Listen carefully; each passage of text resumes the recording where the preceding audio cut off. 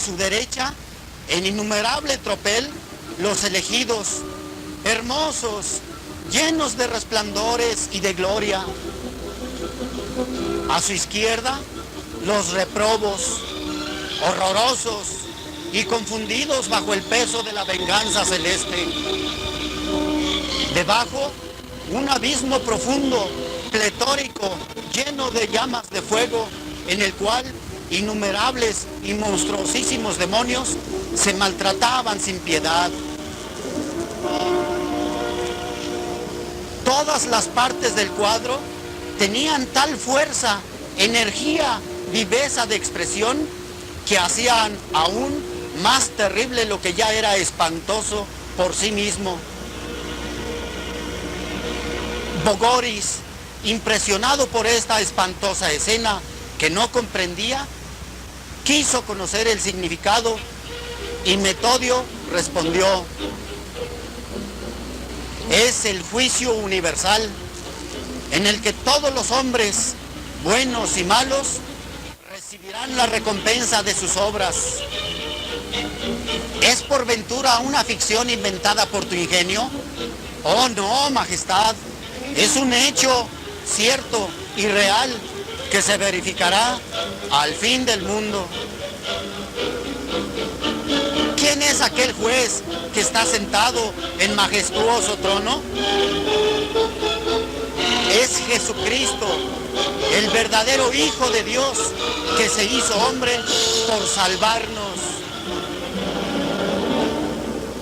Y aquella innumerable multitud colocada delante de él es todo el género humano. ¿Y quiénes son aquellos que están colocados a su diestra, llenos de gloria y de felicidad? Son los justos, los que observaron la ley de Dios. Y aquellos que están a la izquierda, presas de la mayor desesperación, son los pecadores, los que han despreciado la ley de Dios. Y aquel abismo horrible, lleno de llamas, es el infierno, el lugar de los eternos suplicios. Y decís que todos los hombres han de acudir a este juicio. Luego, también usted y yo deberemos comparecer ante aquel tribunal. Sí, con certeza, inevitablemente. ¿Y dónde estaré yo colocado? ¿Estaré a la derecha o a la izquierda? Majestad, vuestra suerte depende de vos. Si un día queréis estar a la derecha, no tenéis más que observar la ley de aquel que debe juzgaros. Profundamente impresionado, el rey Bogoris, tocado por la divina gracia, se hizo instruir a fondo en la religión cristiana. Recibió el bautismo administrado por el mismo Santo Metodio, y todo el pueblo búlgaro siguió su ejemplo.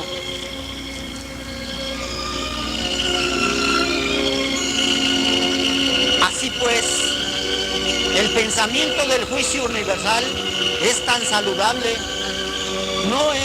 No os desagradará que nos entretengamos meditándolo un poco. Veremos primero su necesidad, o sea, los motivos de este segundo juicio. Segundo, las circunstancias que lo precederán y lo acompañarán. Y tercero, cuál será en aquel instante la confusión de los reprobos y cómo nadie podrá librarse de la sentencia final. Punto primero. El juicio universal es necesario. En primer lugar, el juicio universal es necesario para que sean manifestadas a todos la justicia y providencia de Dios mal juzgadas en este mundo. Es decir, a fin de que todos sepamos el por qué se salvaron los que están en el cielo y se condenaron los que están en el infierno. En este mundo se juzgan las apariencias, allá se juzgará la realidad y veremos cuán errados estuvimos en nuestros juicios. En este mundo, cada vez que vemos a los buenos atribulados y ensalzados y favorecidos a los malos, juzgamos mal de la divina providencia y la maldecimos. Y allí veremos y comprenderemos perfectamente el porqué de todo esto.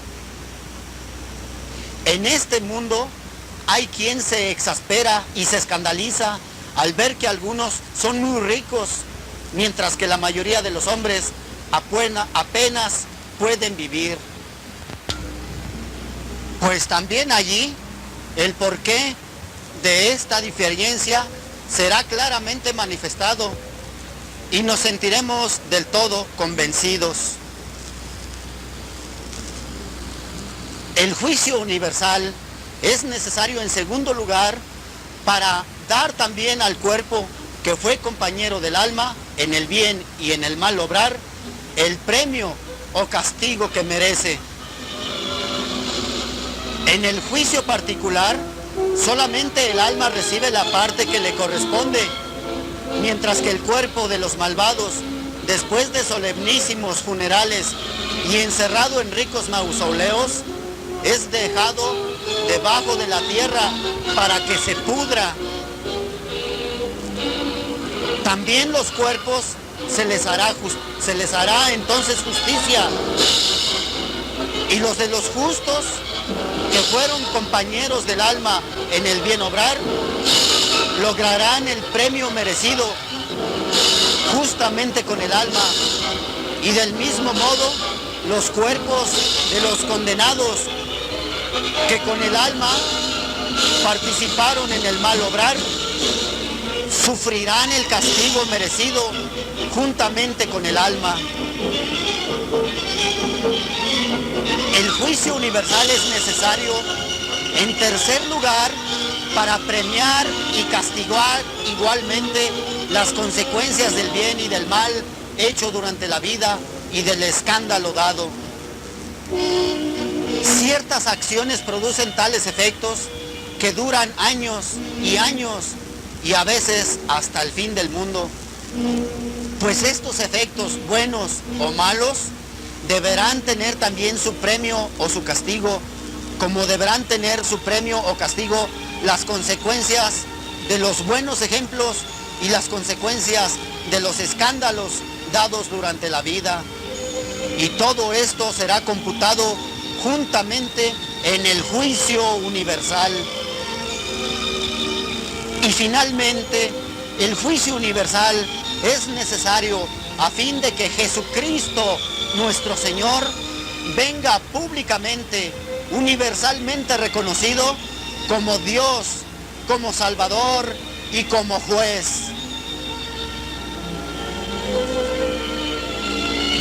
En este mundo, cuantos no le han querido reconocer jamás, pues habrán de reconocerlo al menos en aquel terrible momento, y se persuadirán de que por haberlo desconocido, burlado, abandonado y despreciado, merecieron su sentencia de eterna condenación. Punto segundo. Circunstancias que acompañarán al juicio universal. Pero, ¿cuándo, dónde y cómo se efectuará este juicio? He aquí las tres brevísimas respuestas que nos da el Evangelio. Al fin del mundo, en el valle de Josafat, en un abrir y cerrar de ojos, es decir, en un momento.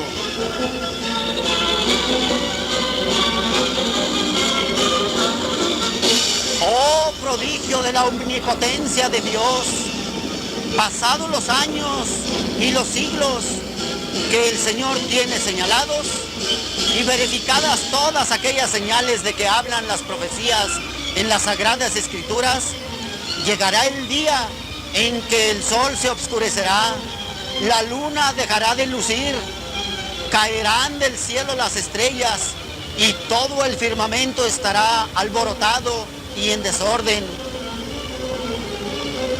Habrá después una opresión general, se estremecerá la tierra, los montes arrojarán humo como otros tantos volcanes, el mar, embravecido por el furor de las tormentas, se desbordará, los ríos engrosados saldrán de madre e irrumpirán violentamente contra los edificios.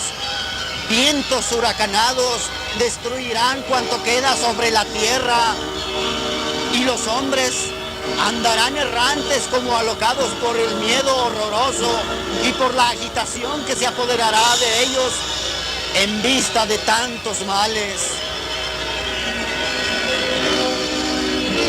Finalmente, dice San Pedro, bajará del cielo un fuego exterminador y general que abrazará plantas, animales, hombres y edificios, y reduciéndolo todo a pavesas.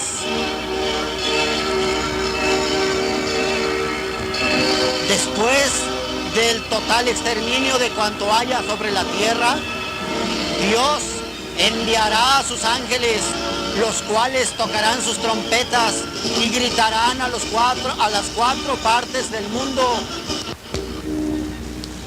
levantaos muertos, venid al juicio.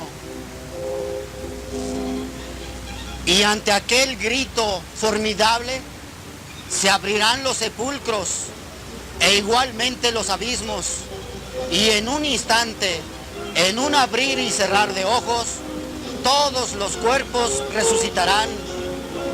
Pero ¿con qué diferencia?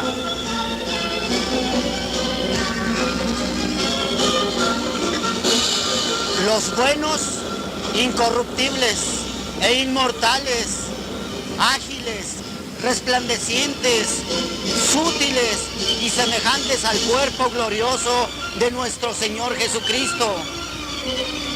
Los de los condenados, en cambio, horribles, espantosos, hediondos, mucho más que cuando se podrían en el sepulcro. En el mismo tiempo se efectuará la salida de las almas del paraíso, del purgatorio y del infierno, e irán a informar y dar vida a sus respectivos cuerpos, mientras un viento potente y milagroso los empujará veloces como el rayo al valle de Josafat, que dilatará sus confines. Allí se verificará la gran separación. Todos los buenos estarán a la derecha del Señor y los malos a su izquierda. ¡Oh, qué separación tan dolorosa! Príncipes de un mismo trono, el uno a la diestra y el otro a la izquierda. Hijos de un mismo padre, el uno a la derecha y el otro a la izquierda. Los esposos amantísimos, el uno a un lado y el otro al otro. Miembros de una familia, los unos a la derecha y los otros a la izquierda. Amigos, compañeros, parientes, los unos a la derecha y los otros a la izquierda. Los justos igualmente, reunidos con los patriarcas, con los profetas, con los apóstoles y con todos los santos, estarán llenos de indecible alegría. Y los reprobos, unidos del mismo modo a los idólatras, a los mahometanos, a los judíos y a todos los malvados, se acometerán furiosamente, maldiciéndose por el asqueroso hedor que emanará de sus cuerpos. A la derecha, alborozo, alegría, felicidad. A la izquierda, gemidos, ira, desesperación. ¡Qué terribles contrastes! ¿Dónde nos encontraremos nosotros? Esto nadie lo sabe, y por tanto yo tampoco os lo sabría decir. Sin embargo, os diré que está en nuestras manos el hallarnos a la derecha o a la izquierda.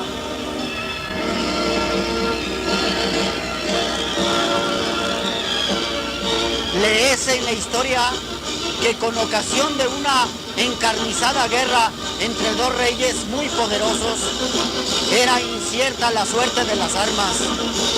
Interrogado un príncipe neutral sobre quién de los dos vencería, respondió: vencerá aquel a quien yo le preste mi espada. Pues bien, oh carísimos, en aquel día nosotros metamos nuestra espada, es decir, nuestra voluntad. Sí, nuestra voluntad quiere que nos encontremos a la derecha y salvarnos, estaremos salvados y a la derecha. Si nuestra voluntad quiere estar a la izquierda, o sea, condenarnos, estaremos condenados a la izquierda.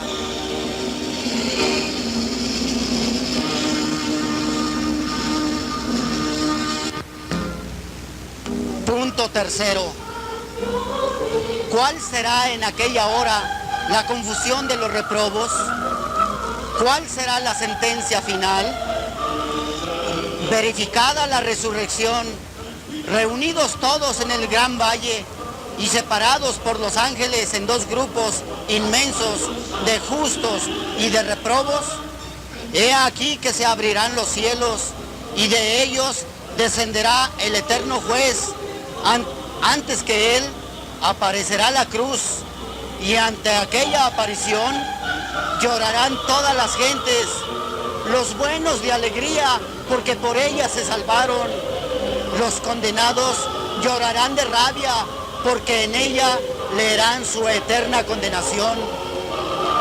Y Jesucristo, sentado en grandioso trono con majestad y prestancia divinas, dirigirá una mirada a su alrededor. Sus ojos despedirán una luz tan viva y penetrante que a todos iluminará, haciendo patentes los más íntimos secretos de las conciencias, y cuántos juicios se cambiarán en aquella hora. Terminará entonces el tiempo de los misterios. Todo aparecerá en su más cruda realidad. ¡Ay de limpio en aquel día!, aclama el profeta.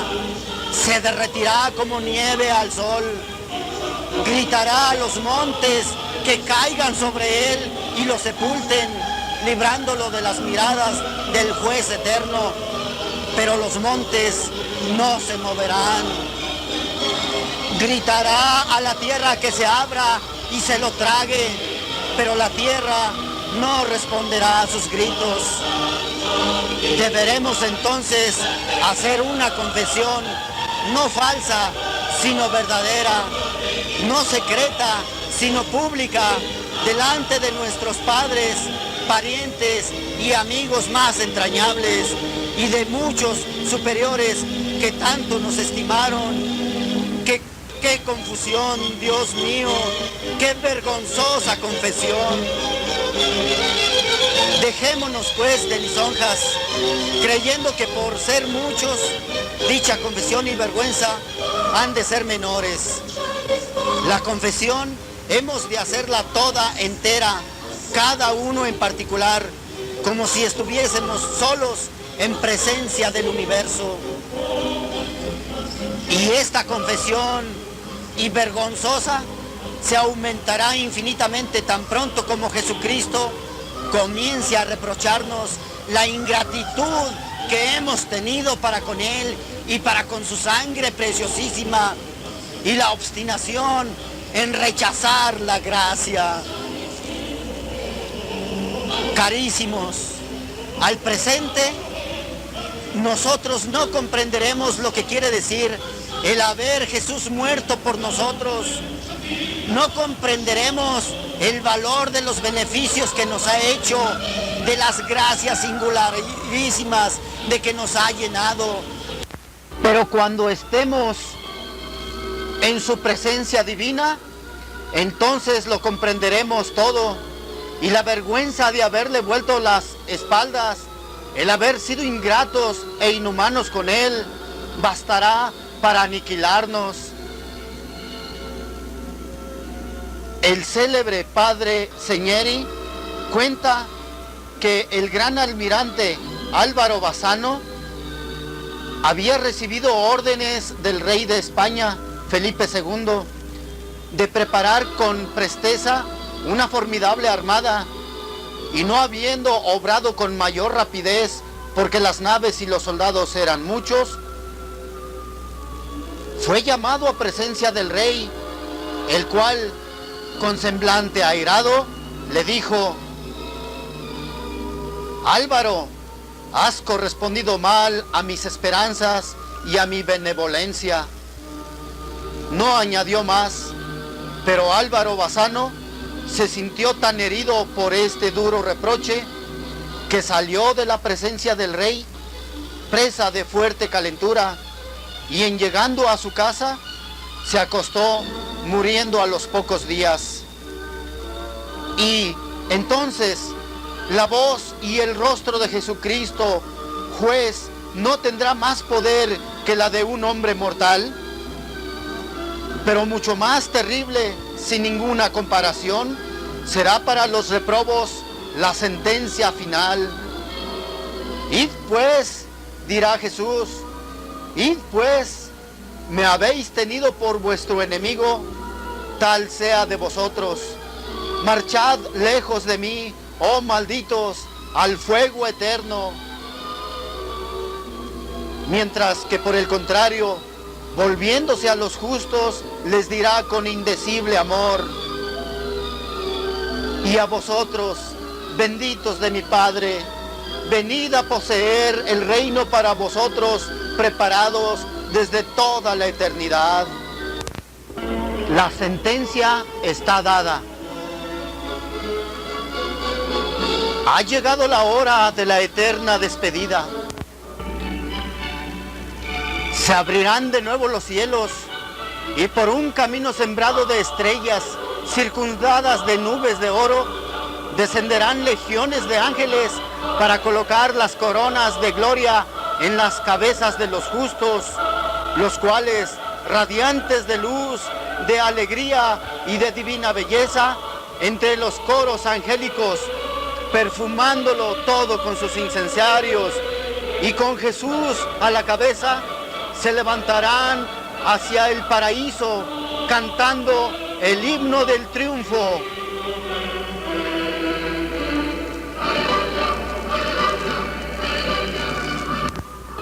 En la otra parte, y en el mismo instante, la tierra estremecida de horror se abrirá, y de los abismos saldrán los demonios con sus ojos de fuego.